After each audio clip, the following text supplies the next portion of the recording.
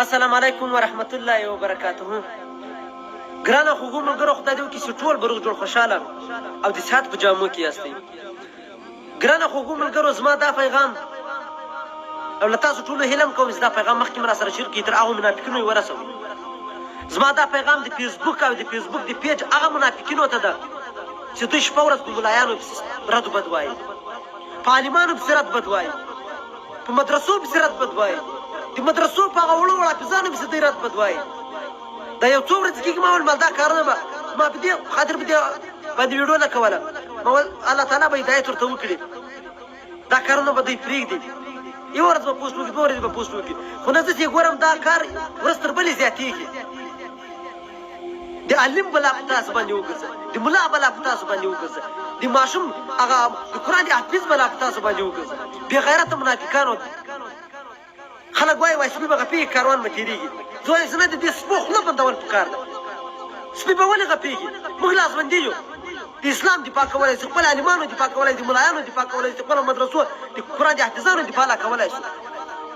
په موږ کې ایمان او جذبه او وجدان لا شته. زموږ ضمیر دومره نه ده مړ، زموږ ایمان دومره نه ده کمزوری چې زموږ په سترګو تر سترګو وړاندې چې یو نفر مدرسو ته توهین کوي، عالمانو ته توهین کوي، موږ په هغو باندې چوپ پاته کېږو. لعنت زه په هغه سړي وایم چې دی بیا په هغو باندې چوپ پاته کېږي. لعنت په هغو خلکو باندې زه وایم چې دی بیا هغه ته لایک هم ورکوي، کومېنټ هم ورته کوي او ورته وایي زنده‌باد مشره. بلکل مشره. شرمېږئ نه، شرم او حیا په تاسې کې نشته. هغه ملا، هغه عالم چې ته له موره ماشوم پیدا سي، هغه عالم تا ته په غوږ کې اذان کوي، هغه عالم ته په تا باندې نوم ږدي، بیا ماشوم یې ته جومات ته روان یې، هغه عالم تا ته سپاره درښوي، تا ته قرآن کریم درته کوي، تا ته د لمانځه طریقه درته کوي، تا ته د نبي علیه السلام حدیثونه مبارک بیانوي، د اسلام لاره درښوي، د دین لاره درښوي، د بدو کارو دې رامنې کوي، د ښو کارو لاره درښوي، د جنت لاره درښوي، د دوزخه دې راګرځوي. بیا چې کله ستا واده وسي نکاح دې هغه عالم تړي، نکاح دې هغه ملا هغه عالم درته کوي. چې کله ته ستاسو په شان دغه منافقینو ته زه وایم ستاسو په شان رذیلان منافقان چې بیا کله مردار سي، ته ورته مړه مه یایئ، دا مردار بولي، مردار. هغه عالم بیا ستا جنازه کوي، هغه عالم بیا په تا پسې خطبه کوي، هغه عالم بیا په تا پسې دعا کوي، هغه عالم بیا په تا پسې ختمونه کوي، هغه واړه واړه ماشومان د قرآن حافظان چړیان راځي په تا پسې د قرآن کریم ختمونه کوي، تا ته د مغفرت دعاګانې غواړي. بې غیرته شرم او حیا په تاسې کې نشته. دومره تاسې د بهار ملکونو شرابو او د بهار ملکونو کلبونو دومره تاسې لیونیان کړي یاستئ، ستاسې خپل اسلام ته خو درناوی نشئ کولی، د عالمانو خو درناوی نشئ کولی، مرسته خو نشئ ورسره کولی، د پیسو مرسته خو نشئ ورسره کولی، یو کور خو نشئ ورته جوړولی، مدرسې ته خو یو مرسته نشئ کولی. نو دا بدر مه پسې یایئ، دا بدر تاسې ته فایده در رسوي. شرم او حیا په ځان کې پیدا کړئ، د خپل ځانونه وپېژنئ. زه خو نه عالم یم، نه ملا یم، نه طالب علم یم، یو مسلمان یم، یو مظلوم افغان یم، یو مظلوم پښتون یم، یو غریب یو بیچاره انسان یم.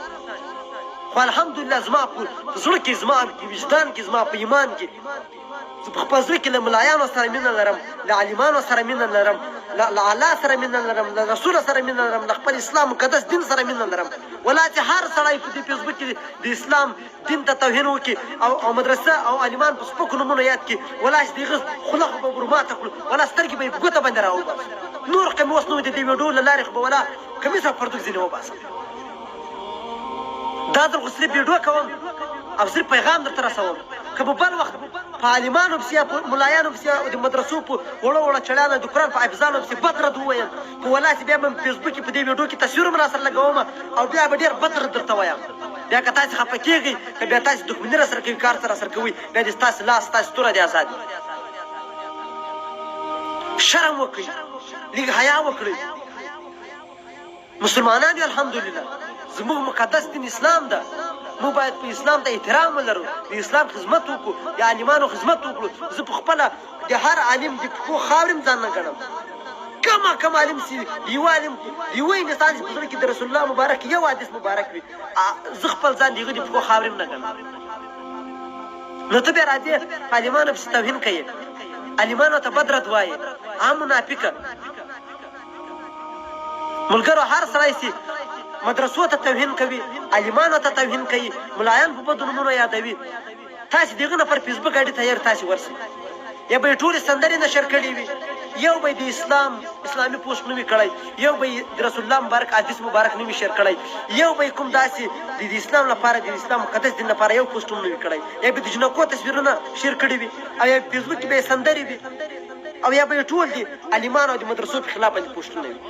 یو تصویر چیرې پیدا کړي، یو ویډیو چیرې پیدا کړي، صغیره یې وایي دا مدرسه کې عالمان دا کارونه کوي، مدرسې ته وایي ماشومان مه لېږئ، داسې کارونه په مدرسو کې کېږي.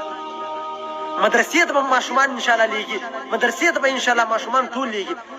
هر هغه پلار هر هغې مور ته زه وایم چې کله ستاسو بچیان په ښه او په بد باندې پوه سي، تاسو یې اول مدرسې ته ولېږئ چې دا یې هلته قرآن کریم زده کړي، دا یې هلته د دین لاره زده کړي، دا یې هلته لمونځ او دس زده کړي، دا یې هلته د مور او د پلار عزت زده کړي، ښه او بد وپېژني، ایماندار او بې ایمانه وپېژني. یو کال یې مدرسې ته ولېږي، یو 15 میاشتې یې مدرسې ته ولېږي، له هغه بعد بیا یې تاسې تعلیم ته ولېږي چې بیا دی تعلیم وکړي، او که دی چېرته ډاکټر سي، که دی چېرته انجینیر سي، که دی چېرته پایلټ سي، که دی چېرته بل کوم یو مشر سي، که د کوم هېواد ولسمشر سي، یو جنرال سي، یو والي سي، نو دی به بیا هر کار په ایمانداري سره کوي. ولې ده به په مدرسه کې هغه ښه او بد هر څه زده کړي وي، د دین لاره به ورته معلومې وي، رشوت به نه اخلي، له یو مظلومه سره به ظلم نه کوي، له هېواد سره به خیانت نه کوي، که پایلټ یې هم خیانت به نه کوي، که چېرته انجینیر یې هم به په خپل کار کې بې ایماني نه کوي، که چېرته ډاکټر وي هم به خپل کار په ایمانداري سره کوي، رشوت به نه اخلي، له یو مظلومه سره به ظلم نه کوي، هر چاته به احترام لري، خپل مور او پلار عزت به وپېژني.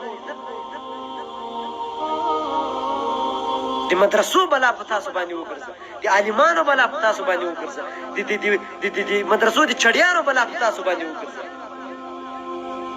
تاسو دومره لیوني سوي یاستئ، په فیسبوک کې راځئ پوسټونه کوئ، په فیسبوک کې الحمدلله دماغ غوندې ځوانان شته چې هر وخت پوسټ کوئ، د ویډیو له لارې به یې جواب درکوم. نور خو مې وس نشته، لاس خو مې نه در رسېږي، خو د ویډیو له لارې به مې انشاءالله جواب کوم.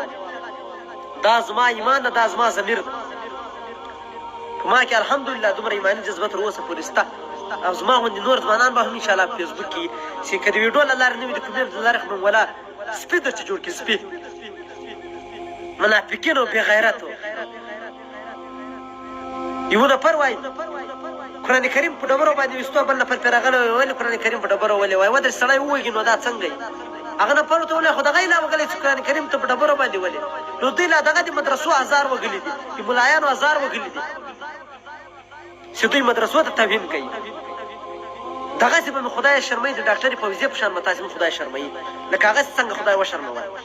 خلک وایي خطا ځینې وسوه، ملحوده وه، زه وایم چې نه، خطا نه ده ځینې سوې، دا د عالمانو او د مدرسو او د هورو ازار وشرموله. په هره ویډیو کې به د هورو او عالمانو ملایانو ته توهین کولو، چړیانو ته به یې توهین کولو، مدرسو ته به یې توهین کولو، جماعتو ته به یې توهین کولو. خدای داسې وشرموله چې په یوه 15-20 سکنډه ویډیو باندې خدای دا داسې وشرموله چې په نړۍ کې یې رسوا کړه، نوم نښان یې ورک شو. تاسې به خدای دغسې شرموي، تاسې به خدای دغسې ذلیله کوي، خو په شپو په ورځو به نه سره کېږو. زما خبرې به اوس په اکثرو خلکو باندې بدې لګېږي، خو کوم وخت چې ده ته یو تاوان ورسېږي او د الله عذاب پرې نازل سي، بیا به انشاءالله زه په هغه ورځ به بیا د ما دا خبرې مور په یاد سي چې دا خو یې درواغ نه راته وایه.